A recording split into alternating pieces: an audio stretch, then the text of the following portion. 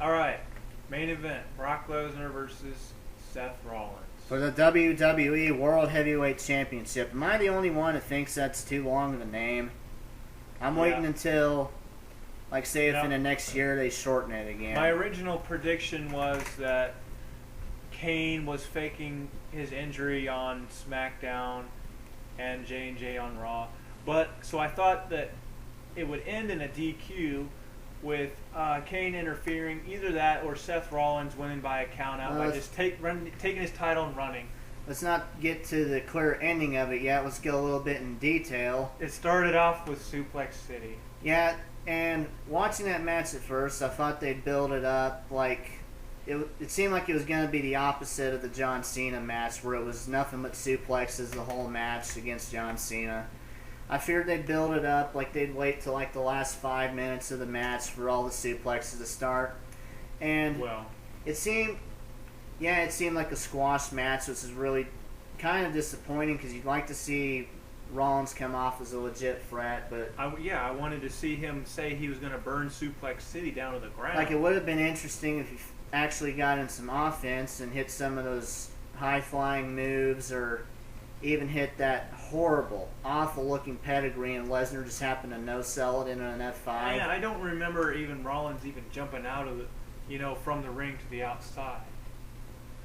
Yeah, because he could have gotten away with that, but most likely Brock would have caught him. But all in all, it was a good match. I'm a little disappointed that they did a similar thing to the first Battleground 2 years ago. That was a no contest, because for those who don't know, including you, the very first Battleground in 2013, Daniel Bryan versus Randy Orton, the finish was like this. Daniel Bryan's about to win. Big Show comes out. Big Show stands there. Big Show knocks out Big Show knocks out Daniel Bryan. Then Big Show knocks out the referee. Randy Orton gets mad. Big Show knocks out Randy Orton. So the end of the match, the Battleground 2 years ago, everybody's knocked out. There's no real finish to the match. Plus, that show was plagued by a power outage there in the middle of the show. That's gotta suck. Alright, so going on towards the mid to the match, I think he nailed about 13 suplexes or so total. I thought the match would go longer. I'd say roughly about 14. You factor in he hit like 13, and then he channeled his inner Kurt Angle more so than ever and did a belly-to-belly suplex. Well, let's get to the ending.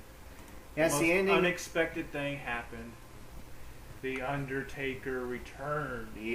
Oh, yes! The lights went out, and I could not believe it. Undertaker finally back at a non-WrestleMania event.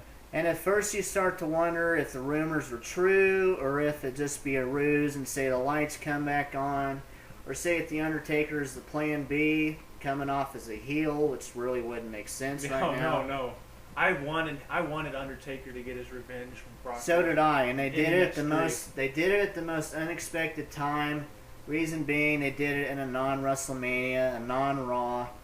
And it was when he was facing Seth Rollins. I mean, that was so unexpected. Like I keep going back to, it made Rollins look a little bit weak, but eventually they'll probably have a real match where Rollins comes off a lot stronger. This may be the turning point for Rollins to be a face, actually. We don't know. It very well could be, because there have been rumors that the Authority could get fed up with Seth Rollins like they've seemed to before, except they go back on it. Because if you remember, they originally were the one brought back Brock Lesnar to teach Rollins a lesson, and then went back with him to try to destroy Lesnar. Yep, so overall it's a pretty good pay-per-view for the most part, especially for the ending. We had planned to go to this, but we didn't really initialize those plans, but it would have been a hell of a time seeing The Undertaker there. Yes, The Undertaker made the entire show, especially for us, because, newsflash, our favorite wrestlers for each of us is The Undertaker, favorite of all time. It was awesome seeing him do something totally unexpected he hasn't done in a while. The last time I can remember something like that was over 5 years ago. a non-WrestleMania, a non-Raw, and now we get what has been rumored and what is hopefully going to happen in just 1 month in Brooklyn at SummerSlam. The rematch between Brock Lesnar and The Undertaker. And hopefully, I don't know how you feel, I personally think that The Undertaker should win.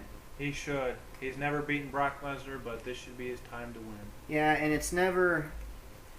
Some people say it doesn't make sense for Brock Lesnar to lose, but they could easily make him look a little bit weaker, say The Undertaker looks better, and that has something to do with the fact that he'll win this time. Personally, I enjoyed seeing that match. I was cheering for Brock during the whole match until Undertaker came out, and I was like, yeah, beat his ass, beat him. Yeah, and that was the pay-per-view. We can. How long you want to make it? Just however long it takes. It's starting now, but I can edit this stuff out. Yeah, you might want to start over. No, I can edit the video later.